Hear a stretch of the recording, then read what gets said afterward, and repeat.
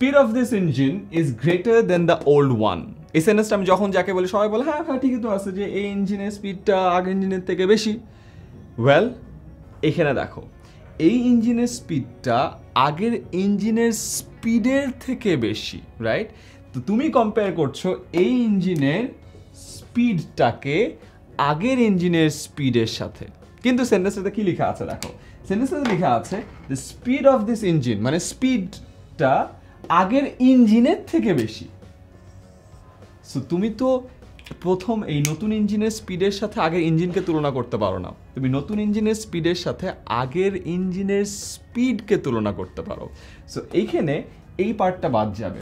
So the speed of this engine is greater than, এখানে একটা নতুন পার্ট হবে that of the old one.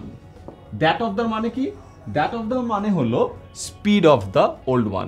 এখন দেখো কম্প্যারিজনটা কি হচ্ছে, নতুন ইঞ্জিনের স্পিডের সাথে আগের ইঞ্জিনের স্পিডের। সেই জিনিসটা মনে রেখো। সেকেন্ড একটা সেন্টেন্সে সেম ভুলটা আমরা খেয়াল করতে পারি, my pen is better than Shubho.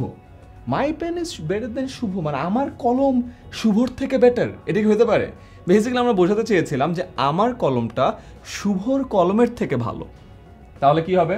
Again my pen is better than that of Shubho. So এখন কি হলো, আমার কলমটা শুভর কলমের থেকে বেটার। সো অলওয়েজ যখন কম্প্যারিজন হবে খেয়াল করে দেখো সেম জিনিস নিয়ে যেন আমরা কম্প্যারিজনটা মেক করি, আর না হলে এই টাইপের ভুল হয়ে যাবে।